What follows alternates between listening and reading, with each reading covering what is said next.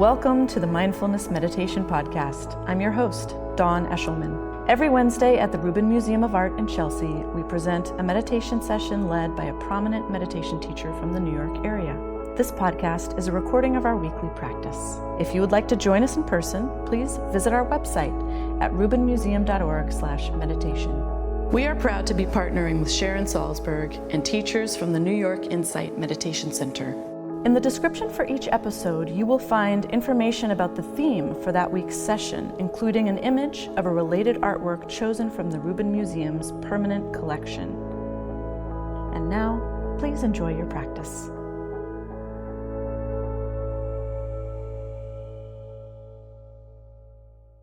Good afternoon, everybody.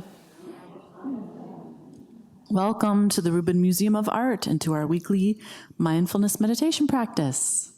Great to have you all here. We are beginning this month of April with a new theme, and that is action. Something that we don't talk a ton about in our meditation practice, but as we've explored really this concept of power that we're having this year-long conversation about here at the Rubin Museum, we have also talked about intention, sort of what leads up to action, and then reflection, the reflective practice that can come after action. So this month we're talking about the action itself.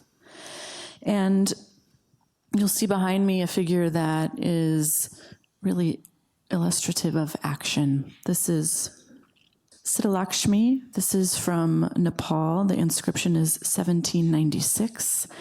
And this is the patron deity of the Mala kings of the Kathmandu Valley and their descendants from about the 13th century to the 18th century. And her principal function is to turn back negative forces. So, in some traditions that's called evil or malicious spirits. And she is also associated with Durga, another figure that is often depicted with these multiple limbs and brandishing multiple weapons. So multi-headed, multi-armed, she is white in color and peaceful in appearance, and she is gently supported by her consort, Shiva. So it's not often that we see a female deity supported by a female consort. It's interesting. And so I'll just ask you, as we're talking about action today, to imagine if you had, maybe 10 limbs, and you're a busy New Yorker walking down the street. What would be in your hands? What would be your, quote, weapons of action? What would be the tools that you would most desire to have in your hands so that you could take action? And sure, we might dedicate one to a cup of coffee and one to a cell phone. But maybe beyond that, symbolic or practical, what would be in your hands? Tracy Cochran is with us today. Welcome back, Tracy. She is a writer and the editorial director of the quarterly magazine Parabola, which is beautiful and so rich and inspiring. And it can be found online at parabola.org and upstairs in the shop. She has been a student of meditation and other spiritual practices for decades. And in addition to the Rubin, she currently teaches at New York Insight and every Sunday at Hudson River Sangha in Tarrytown. And you can find her writings and teaching schedule on Parabola, Facebook, and Twitter, and tracycochran.org. Please welcome her back. Tracy Cochran.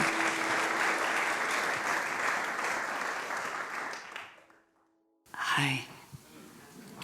And I'm wondering if anybody here today might be carrying a little bit of stress or anxiety or heartache or feeling tired. Does anyone feel a little tired?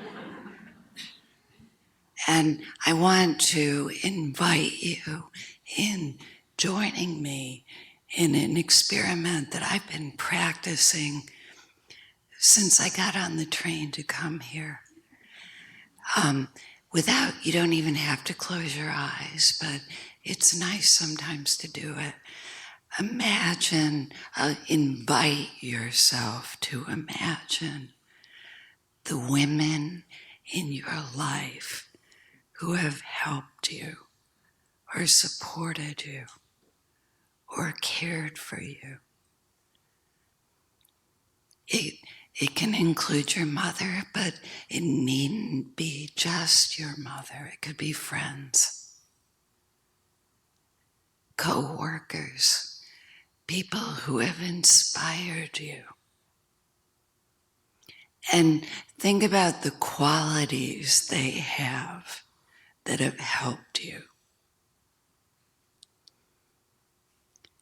And I would like to quote the writer Elizabeth Gilbert, who offered that the women who inspired and helped her with their grace and their strength did not get that way because shit worked out.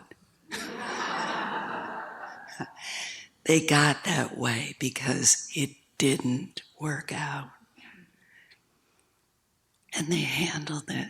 In other words, the quality that attracts me anyway when the chips are down isn't a relentless sense of superiority. Or it's a quality of being available. For one thing, available, open to you. When I see that goddess with all her arms, I think of how wonderful it would be to get a hug from her. She would have to put down her coffee and her telephone, but a hug, a big, warm hug. And it's interesting that we very often think of action as something big and obvious. But an action is also opening to receive with no judgment. It's also seeing and listening, again, without judgment and with the kind of compassion that comes from having been there.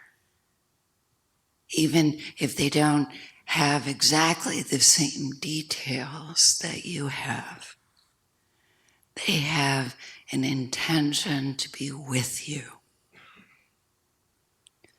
And many times, these very qualities of openness and compassion and even wisdom are equated with the feminine. In many traditions, even in the Christian tradition, wisdom is feminine. Sophia. That which sees, which receives. And it's interesting, one of the things that's exciting about Buddhism is that it's still growing. It's still, texts are even now being discovered and translated for the first time. And what is beginning to emerge in the past few decades are the women in the Buddha's life. And it begins to emerge that the Buddha wasn't just surrounded by women. He didn't just have a mother and a stepmother and a wife, actually 3 wives, and according to some accounts, a harem of, wait for it, 60,000 women.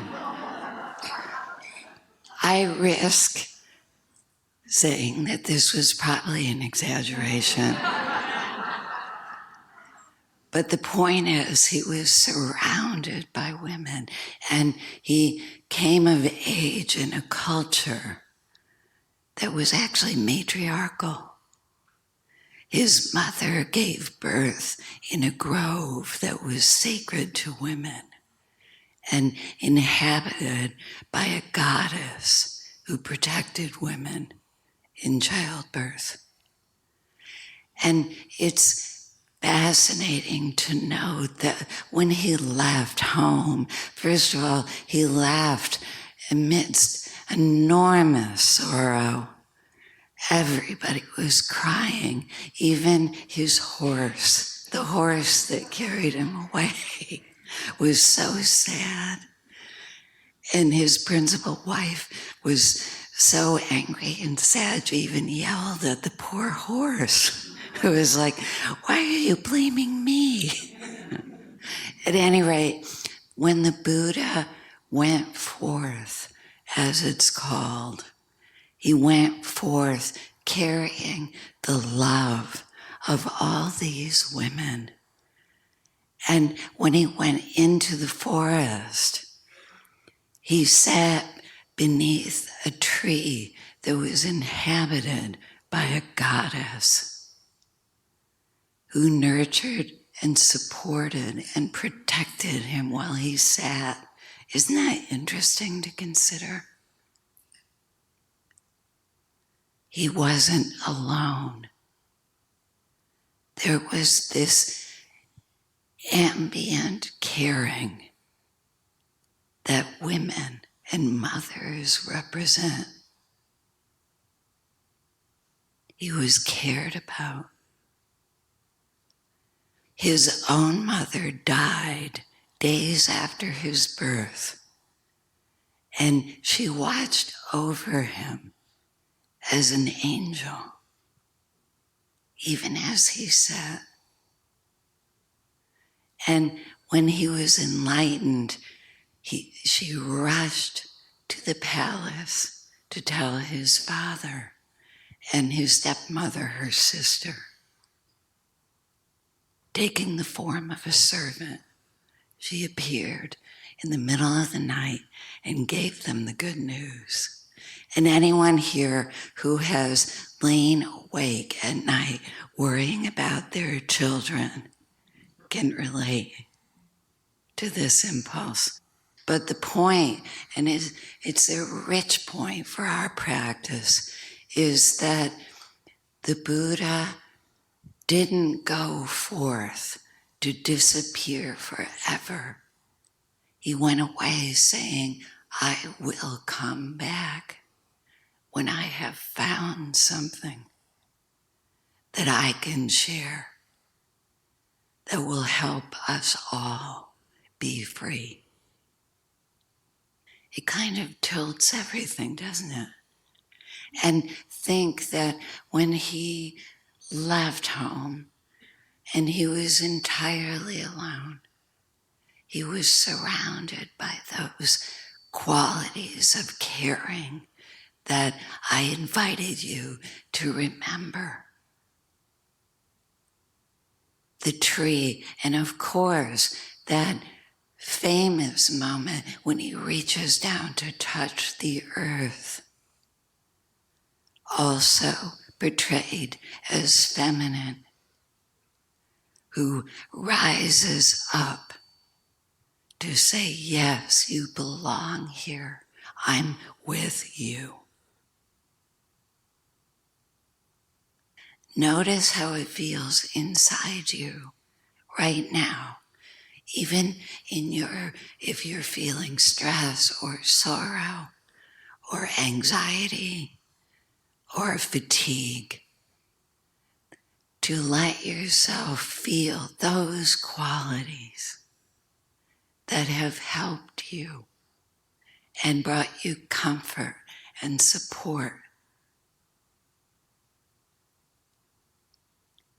It's interesting, isn't it? So we can all sit here together but feel less alone, less frightened. I tried this walking through the streets of New York City. It's amazing.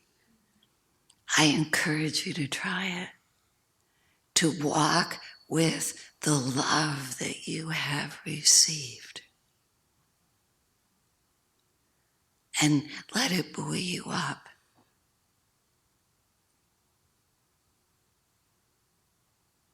And to think as a last thought, after the Buddha achieved the state of enlightenment, the whole natural world, all the trees rejoiced. Even before, when he just sat down, they burst into bloom.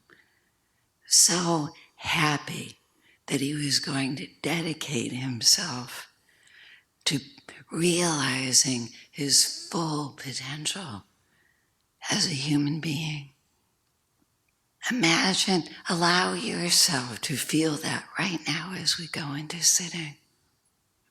That this action that you're taking, and it is an action of letting go of thinking and coming home to your experience in this body, in this heart, in this moment, is an action that can potentially help the entire world and all worlds.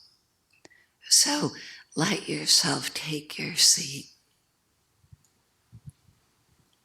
sitting up straight, letting your back be straight.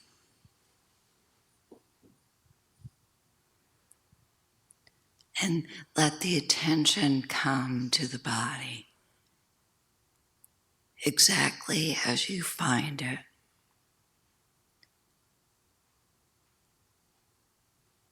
Without poking or prodding or judging. Just let the attention come to rest with kindness on the body. And everything that's happening inside it. And notice that attention itself is an action that brings softening, relaxing, opening.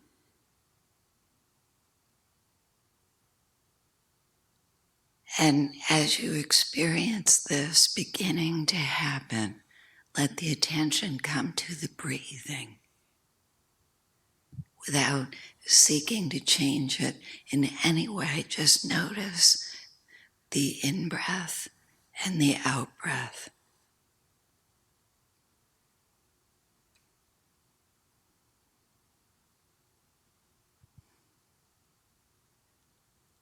And the sensation of sitting here now.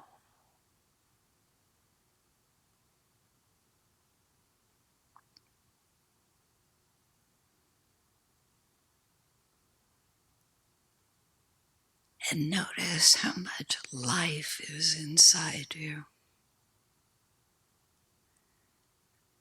Sensation, energy, and a light of attention that isn't thinking, it's receiving,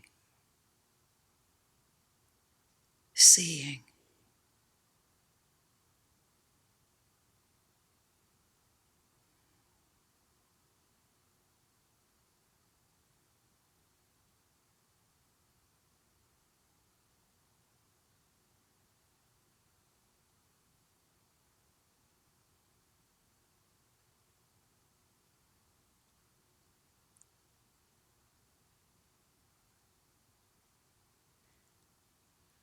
And when you get taken by your thinking and planning and memories, notice this with great gentleness, no judgment,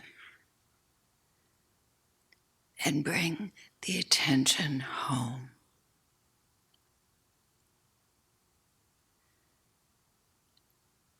Letting yourself feel welcomed here. Really welcome.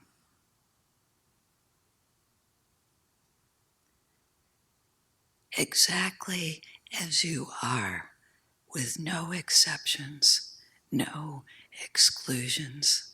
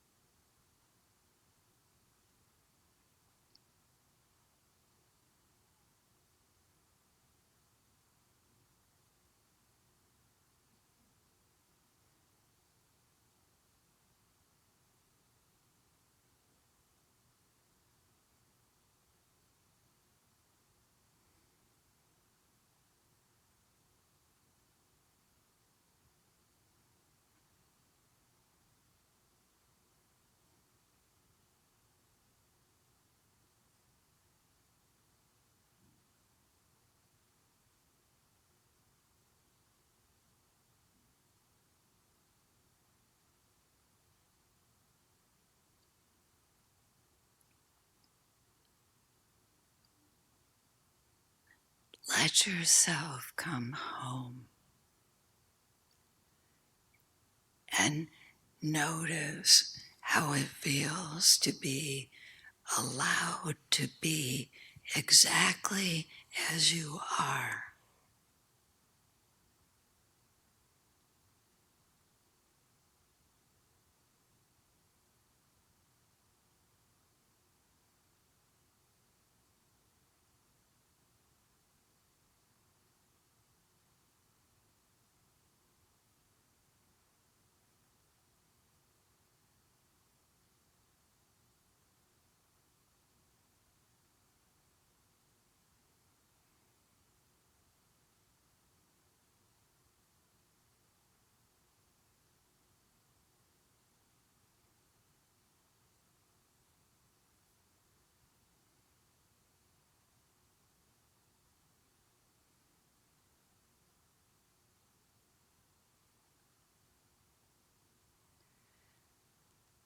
There is a stillness that is not silence.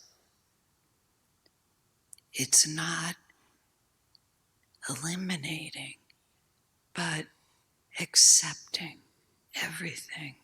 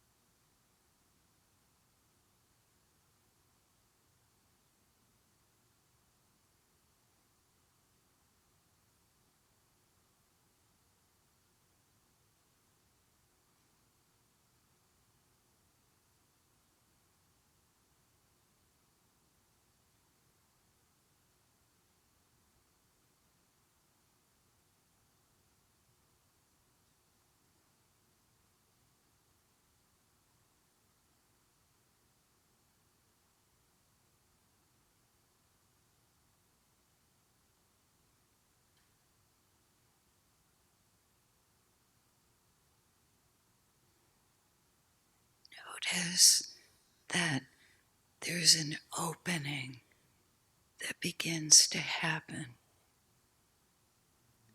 a softening of borders.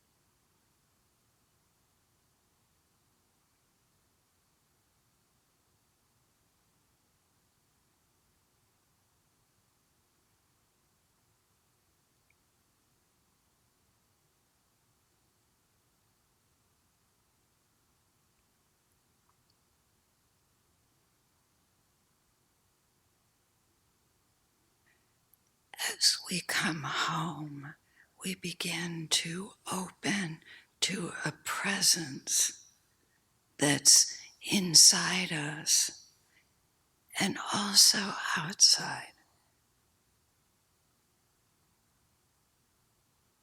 No separation.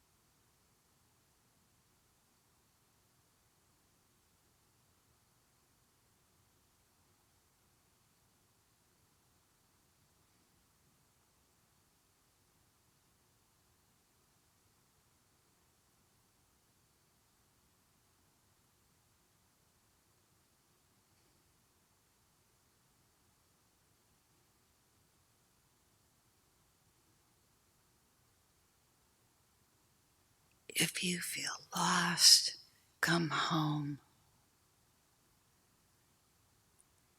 noticing how it feels to belong to this moment, this life, to be welcome.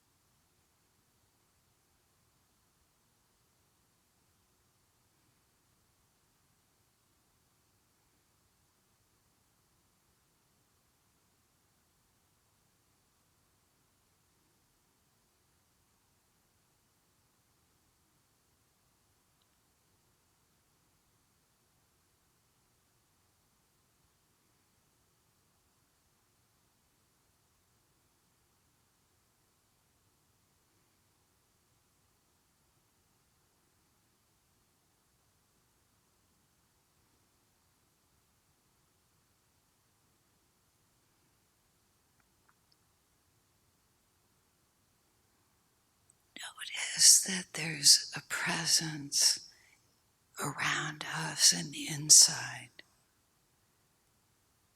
that isn't separate from wisdom and compassion.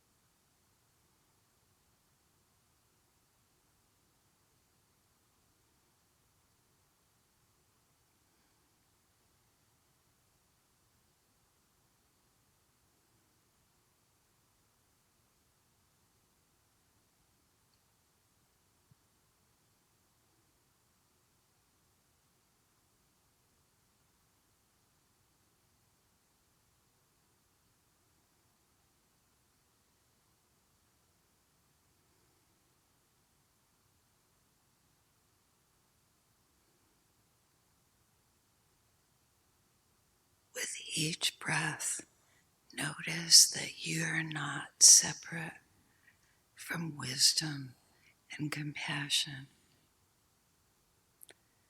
that there's a responsiveness in you that's kind.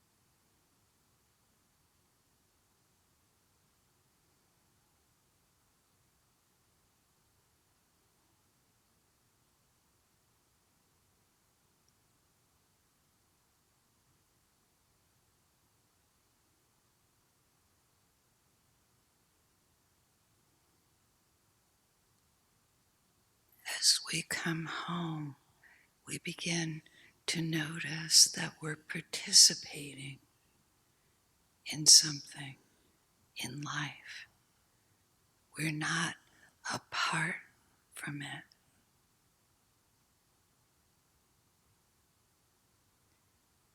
We are part of it.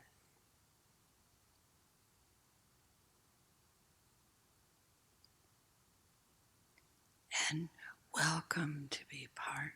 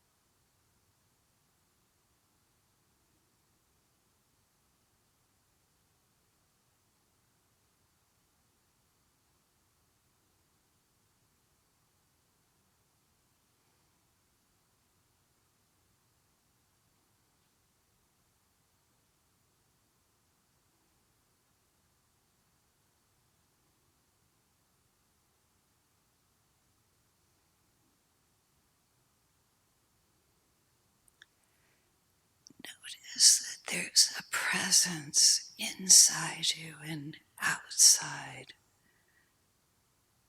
that loves without judgment.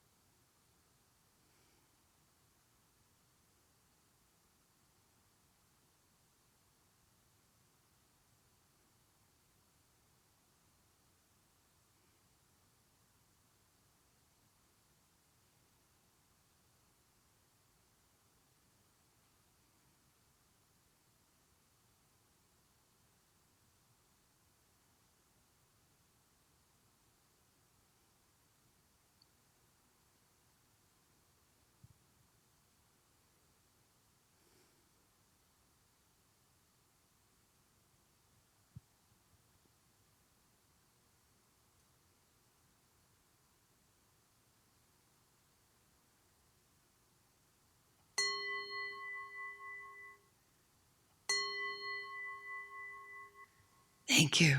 Thank you, everyone.